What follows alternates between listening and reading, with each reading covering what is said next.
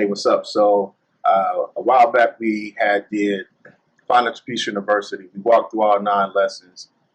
In the course of starting that, I did ask if there was anything else that we wanted to cover, and someone mentioned that they wanted to talk about resume building, interviewing, the hiring process. And so I wanted to take some time just to dig into that just a little bit.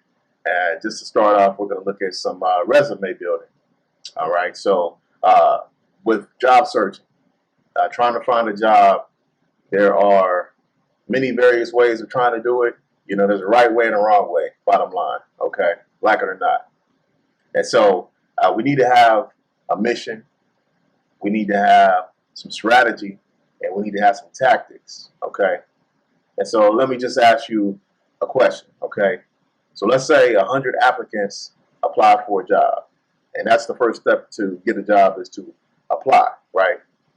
And so it goes from 100 applicants down to 50 candidates. How does that happen? What separates 50 from 50? I'll give you a second to think about it. Okay, so look, what separates the two are a resume. Okay, and so we're going to take a look at that because with the resume, it's going to give you the odds. I know nowadays resumes are kind of a thing of the past, but look, man, resumes is the way to go. Okay, and some of those components of resumes you don't really see much anymore, but it still is very vital, and it's always going to make you stand out. And that's the whole mission when we're trying to find a job, right? Well, I should say the strategy. We want to stand out from the rest of the group. Okay, so if you just imagine an HR person getting in 100 applications for one position, you know, how much easier would a resume make that person's job, right? So with that resume, I don't have to pour through and read every single application and try to find information I'm looking for because the resume is right there, it has everything right there, nice and concise. And so we're going to look at that because it's very helpful. I've had HR people in the past tell me in my line of work that when they got a stack of 100, they would just quickly go through and they would find resumes, right? Then they would criticize the resumes, of course, but they would get those resumes, and those resumes were automatically the candidates. So why? Because a resume, it implies some thought, some preparation, some intent. A lot of work goes into resume building. You're not just quickly throwing something together.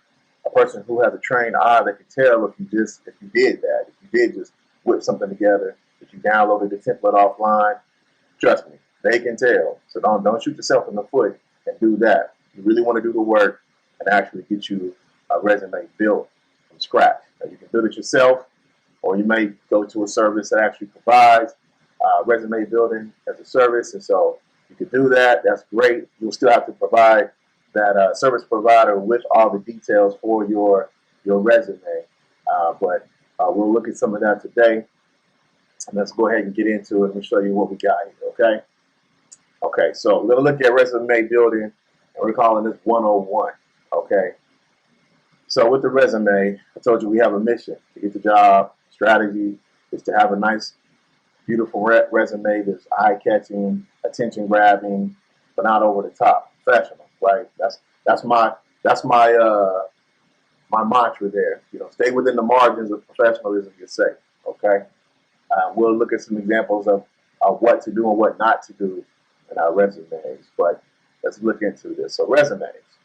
So the first thing we have for a resume that we need to pay attention to is the cover letter. So a cover letter, the great thing about a cover letter is I don't have to go through the resume to find what I'm looking for because you've already provided the information right there in the cover letter, okay? So I recommend you do a cover letter. Now, cover letters are not something that you see anymore.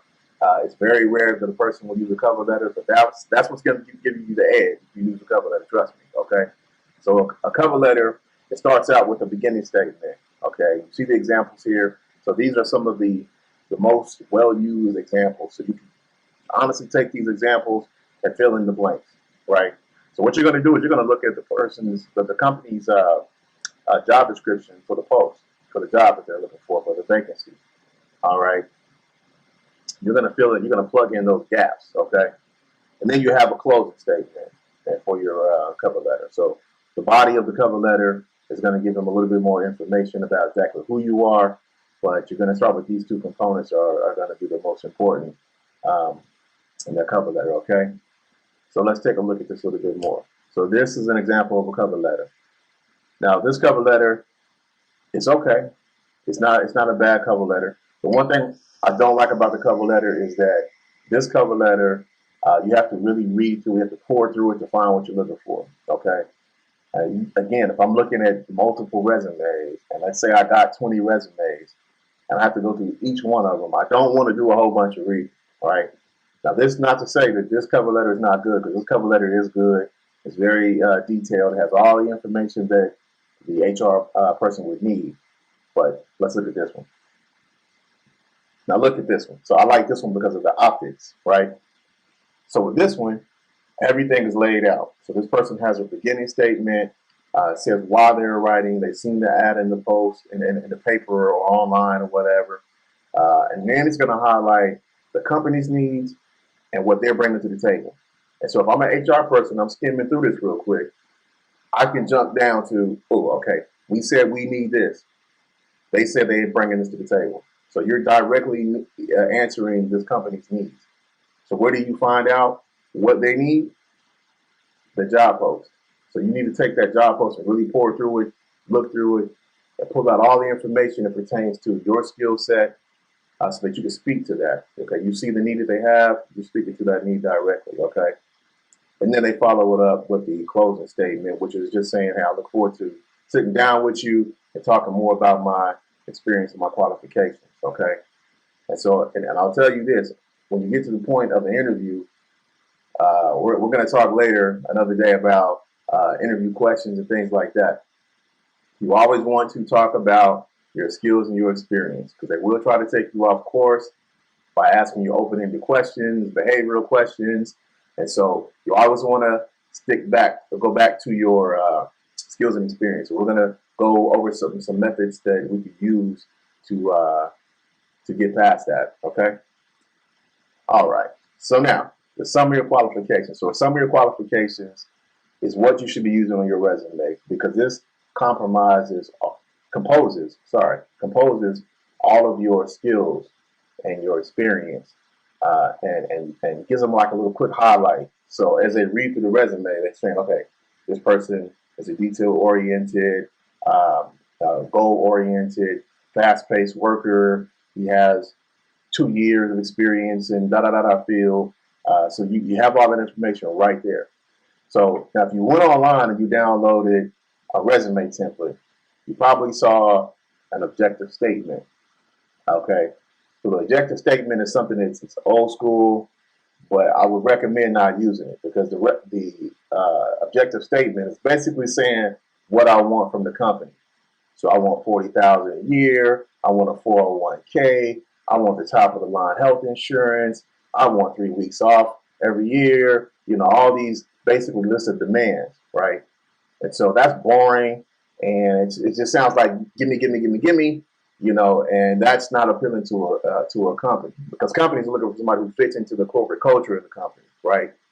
So what we want to do is we want to talk about our skills, what we're bringing to the table. So then it makes the deal a little bit different, right? And I say deal because I teach that when you go to an interview, you are conducting a business transaction, because you are selling your skills, your experience, and your time for compensation, okay? And so that's what we want to talk about when they're in the interview. But we also want to kind of preempt the person to know what we're going to talk about by our cover letter, by our summary of qualifications, okay? So you see this summary of qualifications. It's built on your soft skills, hard skills, and technical skills, okay? So soft skills are going to be like, I'm a punctual person, I'm a team player, energetic, leader, those type of things. So those are the qualities about you that make you likable, right? And then you have your hard skills. So hard skills are going to be like, do you operate some certain types of machinery, um, or your hand-eye coordination? Those are hard skills. And so you want to throw some of that in there as well. And then you have your technical skills. And your technical skills is what it sounds like. Can you operate certain type of software, certain type of technology, and also any kind of training, certifications, and licensing that you have. Those are all technical skills. And so you want to put a little bit of it in there just to kind of make it a little bit more colorful. Okay. Now, if you don't have a summary qualifications, I would do as this worksheet says and write out a draft of one. All right. And you want to kind of remember that because you're going to use it throughout your interview processes. And you can always tailor make your summary qualifications for every resume because you can have more than one resume for different industries. You might have one for aircraft. You may have one for customer service. So you can kind of tailor that summary qualifications to fit that resume need. Okay. So action words. So action words when you're writing a resume, you don't want to talk about your skills as if they're outdated. Okay. And so instead of saying things like when they ask you on a resume, you know how you fill out an application, it says list your duties and responsibilities. You know, some people say, oh, I had to sweep the floor, I used to take out the trash, you know, things like that. We don't want to talk about it in past tense. We want to talk about it in present tense because what it does to the brain is kind of psychologically tricks the brain into thinking this person is still utilizing these skills today. So they're not antiquated, they're not rusty and old. The person hasn't forgotten. They still have those skill sets. So here's a list of some of the typical words that people use in resumes and applications that you can use. And I would take these words, and if you can use some of those words, definitely use those and swap out words that you have on your resumes now. And I'll say even now applications. When you do application, I recommend using these type of words as well. Also, in interviews, when I talk about my previous job history, instead of saying, well, I did this, I did that past tense, I would speak it as if I was actually still doing it. Okay. So let's just say when I was in aircraft, I was a sheet metal fabricator. I could say, well, I run the rotor jet, 6-axis, 5-axis, and the sheet metal routers, 3000 series, da da da da da da. And I would go and talk about what I do on the job as if I'm actually still doing it, right? And so again, it just kind of plays the brain into thinking this person is still utilizing these skills, right? And also realize that some of these skills that you acquire, you use these in different areas and different fields. And so it doesn't mean you have to just talk about that particular industry that you're in. If you still use those skills anytime, then and talk about it in the present tense. And I'll give you a tip. There may be a question that you may be asked in an interview, like hobbies. What do you do in your spare time? What do you like to do for fun? So this is a great way. This is a great time to use some of these action words, right? But also you want to link the job that you're applying for, and your hobby and your skill. So let's say I'm applying for a job as a machinist, right? So I might talk about how on the weekends I like to work on my hot rod. Okay, you see what I'm doing there? So if I'm working on my hot rod, I'm using my mechanical skill, which I would also be using in machining. Okay, and so that's just a quick way of doing it. Because if you start talking about things like I like to go, party with my guys on the weekend, you're probably going to talk yourself out of a job. Okay, so let's not do that. Let's stick to professionalism. Okay, so let's move ahead. Okay, so right here, this is a very, very, very good thing to focus on. When you talk about your duties and responsibilities, you want to do it in an achievement-focused manner. Okay, so you want to think about what kind of impact, what you did, what you brought to the table, what impact it had on time, money, quality, efficiency, those type of things, and you want to be able to highlight that for the company. Okay, and the reason why you want to do this is because everyone else is going to be listing their basic job duties. Just like imagine saying you're applying for a custodian position, right? And so everybody's going to say stuff like, well, I swept, I mopped, took out the trash, I waxed the floor, I buffed. Those are the basic functions of the job that everyone has to do that's in that position, right? But when you start talking about how you made a process more efficient, how you did something to save the company money, right? Those are the things you want to point out because to a company, they hear leadership, they hear we have a person who can lead, not only lead, but a person who can make our function, our flow a lot better, more dynamic. Okay. So look at what this person did. So this person is going to be working, applying. They're talking about a job they had at Watt Lighting Incorporated, right? So he talks. He takes the normal basic job functions and puts them in the very first paragraph, right? Because they're going to read over that. But the part optically, the parts he really wants them to see, where he puts the bullet points, he puts the real information in there. What impact he had on the time, on the process, on the money for the company, right? So look at that. He says he set up the storage area where everything was in its proper place, which reduced loss of parts by 34%, and it eliminated $45,000, right? That's the kind of stuff a company wants to hear. Like, oh, he made things better, and oh, she saved us money. Those things are golden, all right? And so you want to be able to put that kind of stuff. So think about what you actually did, and put those bullet points into your job functions, so your duties and responsibilities, okay? That's really going to make you stand out from the rest of the people, okay? All right. So take a moment here and look at this. If you got to pause the video, pause the video. So here are keywords. So just imagine these are job posts, if you've seen in the newspaper or you've seen it on Indeed.com, right? So what you want to do when you're building your resume, you want to go and look at these job postings and you want to see what they're saying they're needing. So there's keywords in there, right? So can you highlight, circle, or underline, or notice any, or you probably want to write them down, but do you notice any of the keywords there? All right, because those are the keywords you want to put into your resume, your summary of qualifications, because that's going to be eye-catching, even in your cover letter, okay? Because you're directly speaking to what they're looking for. So if you see the first one, the picker-packer job, so some of the things I see right off top that are keywords, that this person has to lift 50 pounds, they need to have 1 or 2 years of recent warehouse experience, need to own their own transportation, they need to be committed to mandatory overtime. See, all those things are keywords that the company puts into their job posting, okay? So I'll give you another quick tip. When you are applying for a job, if you're applying online, first of all, do not apply from a cell phone or a mobile device, because when you apply from a mobile device, the platforms are different than a desktop. So the person who put together the ad more than likely is set it up for a desktop use. So when you input your information, if you do it from a phone or a tablet, it could be empty, it could be nothing there, or it could come out all scrambled. So you don't want to do that.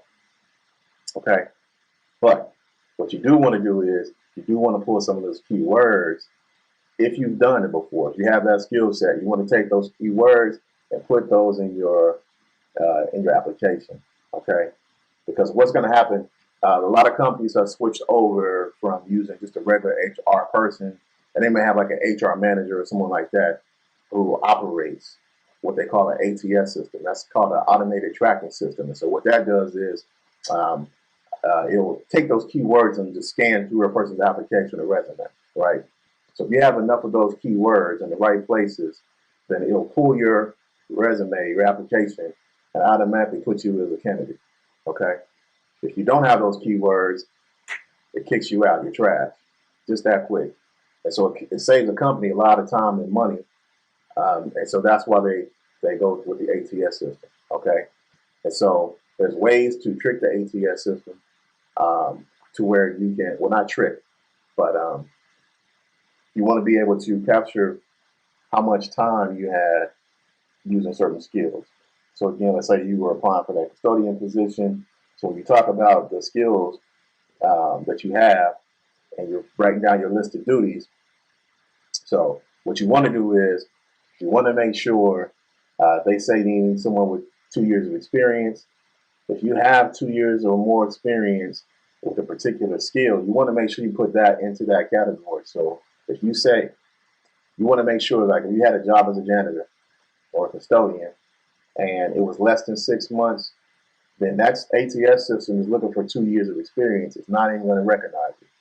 So you want to take those keywords and put them elsewhere where you have 1 or 2 years of work history in that industry or that field or that position, because then the ATS system is going to recognize it and say, okay, we're looking for 2 years. This person has 3. You know what I mean? Otherwise, it's going to kick you out. All right. So you want to practice that. Just go online and look at a job posting, pull that information, and just play with it. See how many keywords you can find. You know what I mean? And then put those into your resume, your application. All right. Okay. So we're going to talk about resume styles. Now I'm showing you an example of one. There's 2 resume styles, actually 3, a hybrid. But we have a functional resume and a chronological resume. So the chronological resume puts all your information in reverse chronological order. So that means it starts with your most recent employer and works backwards from there. Okay, that's fine. That's great.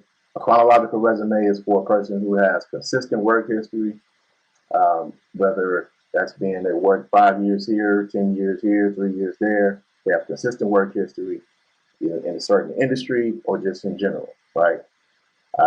So that's great for a person who has great steady work history. Now, if you don't have steady work history, or you didn't work a traditional job, then you want to go with the functional resume. So a functional resume, what it does is instead of focusing on the amount of time that you worked at a particular job or industry, what it does is it just talks about your skills, and it takes those skills and it kind of categorizes them. So let's say like this person here had administrative and management experience. So if you read through those bullet points, you will see that this person actually did those jobs in different industries. So one was in a restaurant, and one he worked at a pool or spa place. But he had administrative and management experience, so he's able to comprise those, right? Same thing with the customer service and sales, right? And so this is very good for a person who does not have traditional work history, or you have work history, but you only have 3 months here, 6 months here, 8 months there, you know, that kind of thing. Because think about it, if you have a resume, if you have too many gaps or you have too many jobs, then your resume is going to be too long, right? And there is a standard amount for a resume. 2 sheets, it shouldn't be any more than 2 sheets. You know, you're pressing if you do it in 3. I've heard HR people say, if I got a resume, it was more than 2 sheets, they automatically threw it in the trash. Because what it told that person was, this person has had a lot of jobs, jumped around a lot, it's a lot of inconsistency, they don't want to deal with that, okay? So try to make it more concise, 1 or 2 pages, you know? Okay. So the chronological resume, I don't have an example, a worksheet about that because that's a typical resume, okay? We will look at some examples of the 2 different resumes, okay? So another reason why I would say use a functional resume, let's say you have a lot of gaps in your work history, so you can fill in some of those gaps that way. And then mentioning gaps, let me tell everyone, man, when you are applying for a job, think hard and think non-traditionally. So let's say you were laid off from work. And so in the interim between finding a new job and not, you haul trash, you cut grass, you get some handiwork for people in the neighborhood or whatever, right? Well, you were basically self-employed, okay? You were working for yourself, and you can put that on your resume, okay? That will fill in some of those gaps. It will show you that you are consistent. It doesn't make you look like you were just a bum sitting around doing nothing, okay? So just take that for what it's worth and try it out. Trust me, you can do it. You don't have to be scared about it, okay? All right. So here is a chronological resume. So this chronological resume for Jane, if you see her summary qualification, which looks good, nice and healthy. So it's working from her most recent job going backwards, okay? So she has some consistency in the field. You see it's talking about a specific company that she worked at, whereas a functional resume won't do that. It won't talk about the actual company. It will list it. Some hybrid forms of functional resumes will list it at the very bottom, but it actually won't show you each company and then have all the information in. Okay. All right. Another thing on your education level, if you didn't graduate, don't put it on there, because what that says is you're a person who doesn't complete. So you don't want to put that on your resume if you didn't complete. All right. If you're still attending, that's okay. You could put like current student or something like that. But if you haven't completed, don't put that on there. Okay. So this is a functional resume, Mr. John Sumwar. So you see here some of your qualifications. He's a strong team-oriented leader with commitment to uh, clear communication, problem solving, and quality performance, so on and so forth, right? Then you see his skill sets. All right, so he did mechanical work. He's a pipe fitter. He did construction and maintenance. And he also did administrative and management. Okay. Then you see at the bottom, you see his work history. Okay. So let me ask you a question. Look over this resume and you tell me if there's anything about this resume that stands out to you, if there's anything that catches your eye, right? Look it over and then think to yourself, would you hire John Sumwar based on his skills? You're looking at all his skills, what he's bringing to the table, his experience. He talks about some of his achievements and things like that. Would you hire that person? Take a moment to think about that. Look it over.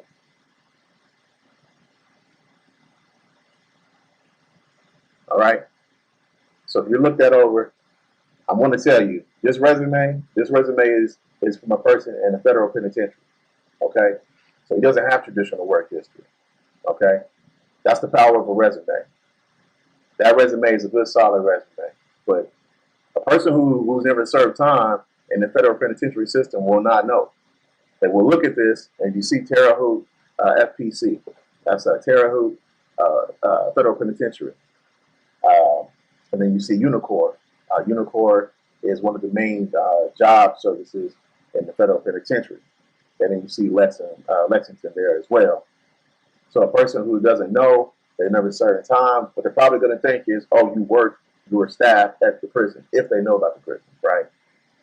Otherwise, they won't know. They might ask the company there, what you do there, whatever, but they won't right away know. Now, when they do a background check, they're going to see that. But by that time, they like you. They already put you through as a candidate. You got your foot in the door. Okay. So that's the power of a resume. So don't sleep on a resume. Don't sleep on the functional resume. If you don't have traditional skills, don't be afraid. If you didn't have traditional jobs, please don't be afraid. Okay. Now, I've worked with people who had just got out of prison. I've worked with people who never had a job. And, the only job they were in was in sales. And it wasn't traditional sales, right? But I was still able to, me and the team was able to put together resumes for them. And the people actually got jobs in their desired fields, okay? Because it's about the skills that you bring to the table, right? And if you can prove by talking about them in achievement-focused manners, then you can actually prove that I have what it takes to do the job, okay? So don't be afraid of that.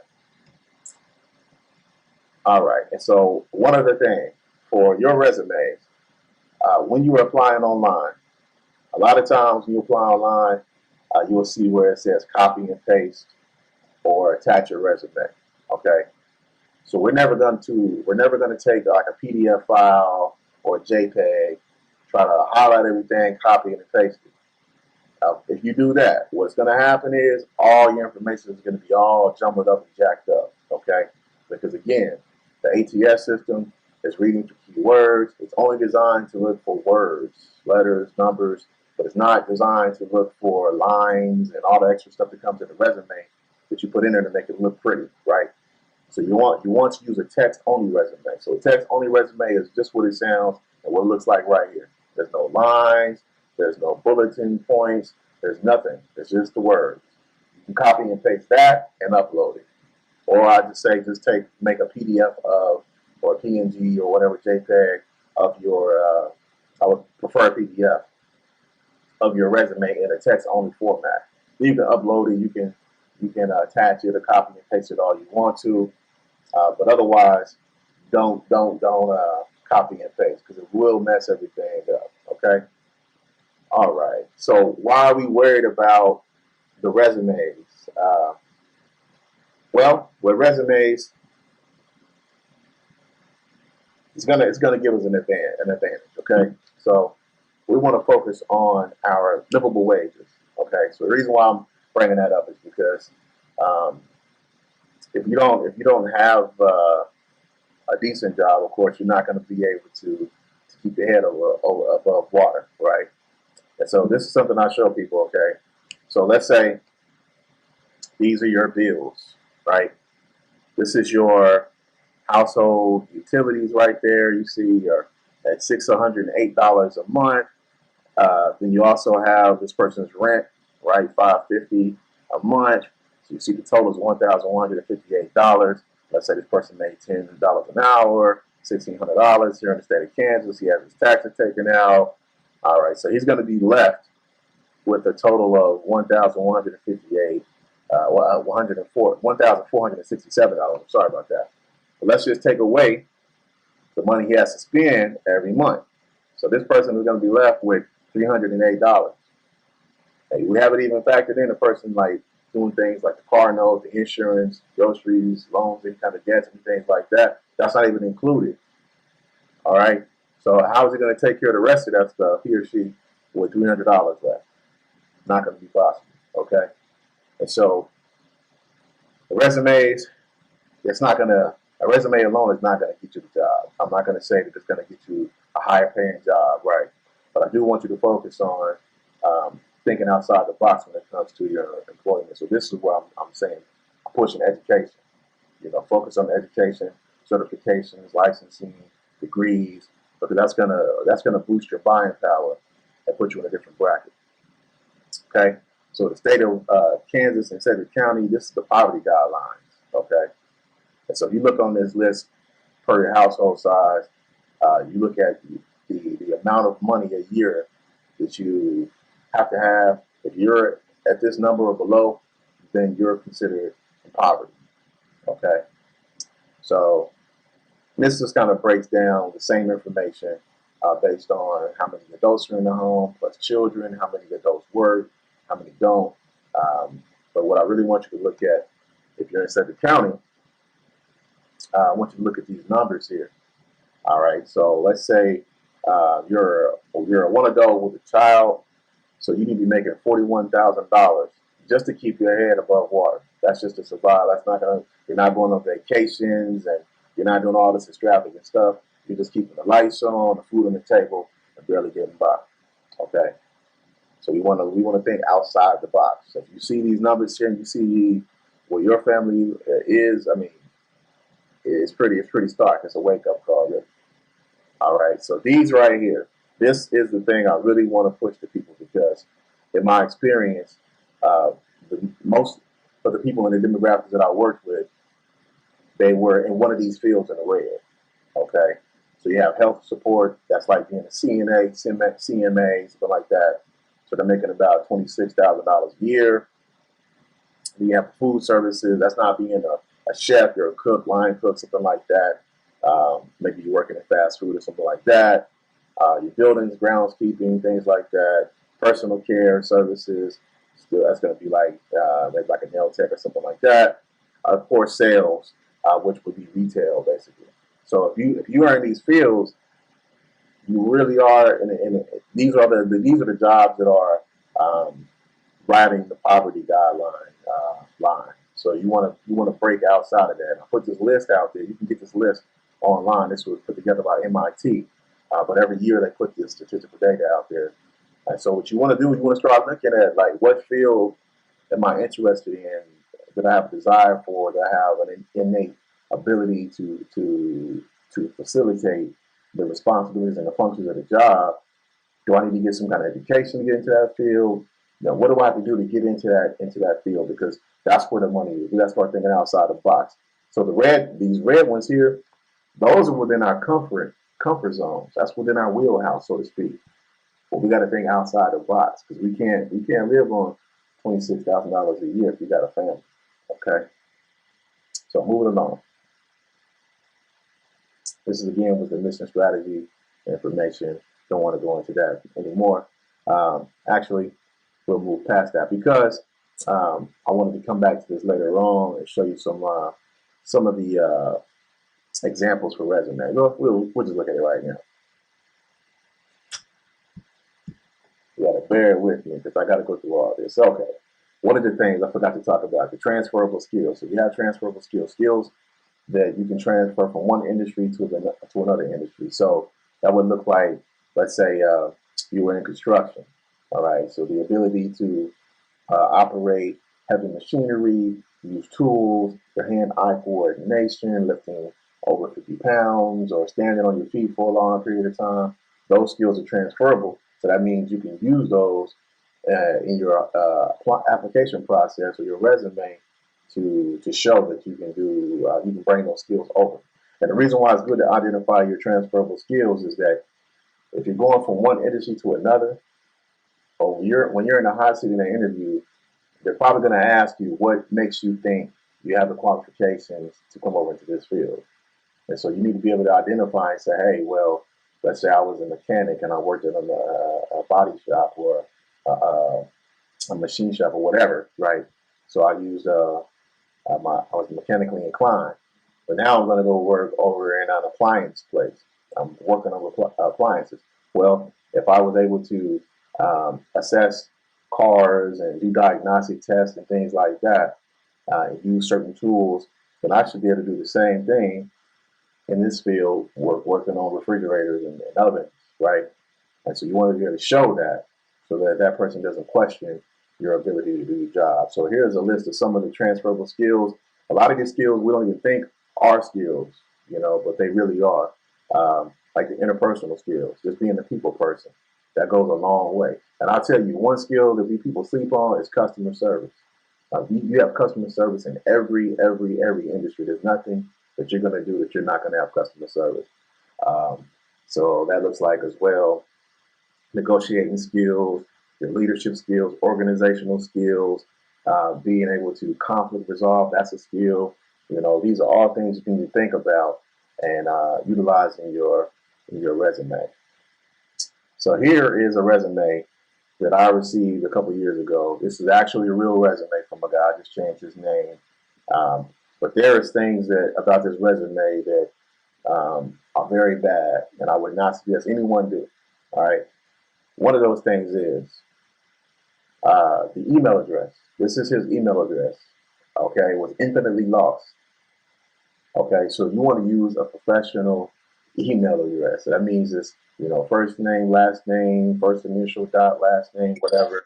But you don't want to use anything like infinitely lost because the way that sounds, this sounds very bad. Okay, and this gentleman looking at him, you can tell he was infinitely lost, right? And so you don't want to give any information it's gonna hurt you. Okay. So then you look at this person's objective statement. And remember, I told you the objective statement is really what you want from the company. But this person, he put his objective statement together as a summary of qualification, right? And so anybody who knows anything about resumes, they're gonna know right off top that this person has a template, right? And the first giveaway about the template is the colors, the brown, the orange, and the blue, and all that. You don't need that. A lot of HR people will say they will throw that right away, right?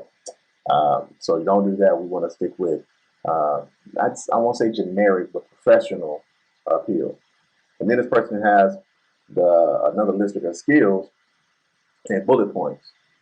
And so that's a little redundant. We could have put it all together in one summary of qualifications. We didn't need to specifically highlight certain skills, which you can. I would say one or two, but I wouldn't do a whole list like this, okay? Because again, we don't want to have too much information. We want to keep it down to one or two sheets, all right? All right, then this person put his education down, and if you see, I see I'm in the way. I can't show you here. I got to move out the way. All right, so this person did not graduate college, and so he started in 2008. And when I received the resume, I believe it was in 2018. And so he never finished, but he still has it on the resume. So that begged the person to wonder, like, why haven't you finished, right? And so if he said something like, I like to complete jobs that I start, that's going to be in the back of a person's mind, but you didn't even finish college that you started, right?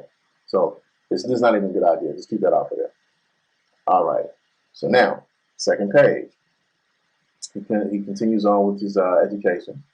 So then he shows you his job, his work experience. He was a personal contractor. He said he was self-employed. So you listen to his bullet points. Then he was a screener, and he shows you the company, shows you the years. All right. So the first job was 2018 to present. Second job 2017 and 2018. He's working in reverse chronological order, and then 2002, the last job to present day. So now we have some issues because it looks like he's doing two jobs at once. So he's self-employed doing these two different jobs at once. That's what it looks like, right? So it's just, and it even looks like he was doing that when he worked as a screener in 2017, right? He could have put all that together in one and just said he was self-employed from this date, 2002, all the way up to present day. That would have been fine, okay? But another thing he did here on that third job, you see he had carpenter, handyman, caregiver, and consultant all in one. And yeah, it's kind of confusing. You know what I mean? He could have broke that up a little bit differently and made it a little bit more appetizing. Okay, so strike three because he has 3 pages, and again he used a template.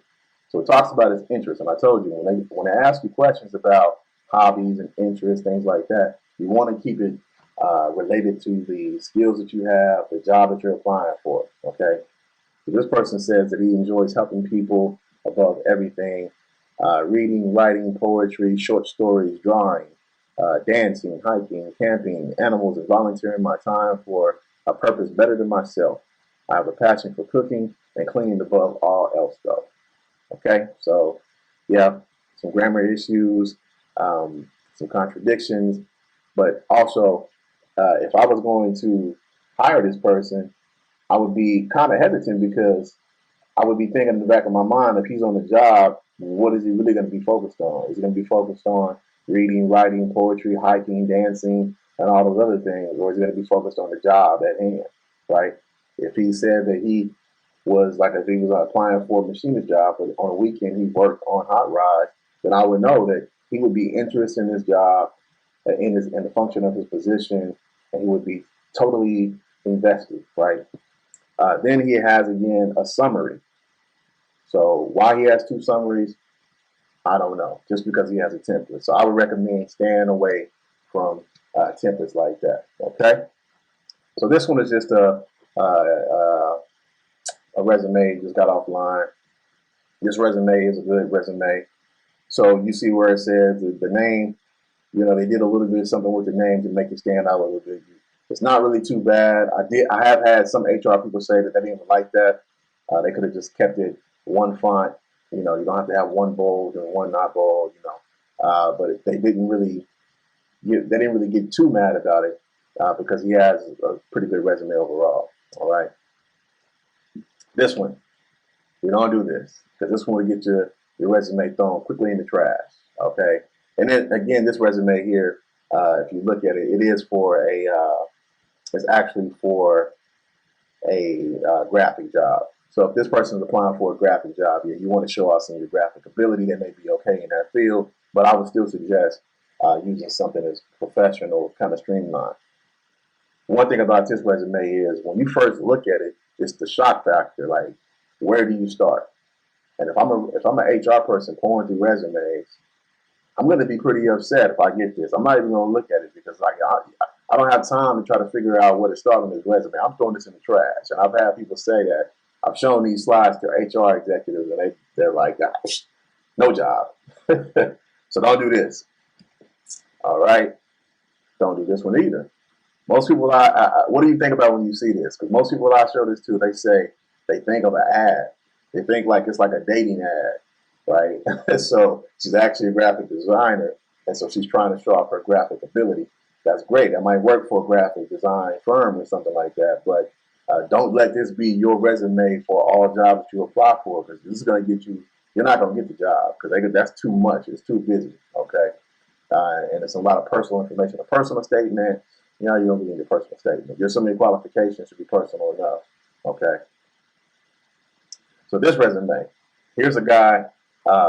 First of all, he has a picture on the resume, and some other countries they actually do have pictures on the resumes. But This resume is a lot of information. You can look at it and see it's a lot to read through, right? If you actually read through it, he has some really great qualifications, okay? But then he also has another page of great information, and you see this is full to the brim. That's a lot of reading, right? Very busy. And then you have page 3, okay? So we want to try to get this down to at least 2 pages if we can, okay? So you got to play with the formatting, you got to change the font size or something like that, but we want to try to get it to 1 or 2 pages and no more. All right, so this, when you choose your fonts for your resume, you want to stick with something that is classical, Times New Roman, Favelica, something like that, because there are professional standards for resumes. Okay, you don't want to do stuff like this because it's kind of hard to see for people. It's hard for them to read, and then you're also dealing with people, and people have their own biases and prejudices. So you don't want to give a person anything to work with against you. Okay, and so you want to stay away from stuff like this because, I see this, I wouldn't even want to read it, right? And I'm not the hiring manager, but I've heard hiring managers say, I will not look at that resume. It's going to the trash, okay? And again, here's another example of a text on the resume, okay? So remember, this is for your ATS system to get past that. And I'm going to give you another tip for applying for a job. So with the ATS system, you probably have thousands of people across the country, even maybe across the world, applying for the position that you're applying for. Okay. So how do you make yourself more competitive? Okay. So that's where your resume comes in to play. So you upload your resume, you apply for the job, you upload your resume. The ATS system gets your information, but you may be at the very bottom of that list of 1,015 people who apply for that position. So this is my tip for you. Take your resume, a hard copy of your resume. A couple days later, after you apply for the job, go to the company. Say, hey, my name is Jay, and I applied for a job a couple days ago online, and I was in the area. I just wanted to bring a copy of my resume by, and maybe I can even speak to the hiring manager if they're available, right? Even if they're not available, what's going to happen is you're going to cause this person to do their job right then and there. Because when they get your resume, they have to go to the system and pull your application to pair it with your resume. Okay, so now you just made yourself a candidate before the 1,014 people before you. Okay, so that's a quick tip, and I've had people who utilize that tip and they actually got to interview right there on the spot because the manager was there and had the time available. So that's a really good idea. Don't just push it out there and think, hey, I'm gonna get a job. Another thing is, and don't go to websites where everybody's going. Like Indeed is great, Monster's cool, but you want to go to a place that has less traffic because you have people who are putting out thousands and thousands and thousands of resumes a day. You know what I mean, for one position. So you just want to be sure that you're not going to something that's high traffic. Go to another one. Glassdoor is a good one. If you're in Wichita and Kansas, Kansas Works. That's all the jobs in Kansas. All the companies in Kansas are posting that. And so that's a great place to start. All right. So that's just a little bit about resumes, and we'll get to some more stuff later because there's a lot of stuff that goes into the resumes. There's a lot of different ways to look at a resume. There's video resumes now. There's so many different little pieces to resumes that we can really pour into. So hopefully this answers some of the questions that you might have. If not, we can talk. Put a post in the comment section and let me know what it is that you specifically want to talk about. You have any certain questions, and then I'll get back with you and we'll talk about it some more. All right. And then we're going to move into talking about the interview, the questions that they ask in interviews, and we're going to talk about some of the methods to answer those questions to give you an advantage. Okay. So there's some humdingers out there that they ask. And the big ones that are scary to people are criminal records. And so we'll talk about all that kind of stuff. And hopefully you'll get something out of that. So I'll say take some notes. And I'll see you again here very soon. You guys have a good day. And be blessed.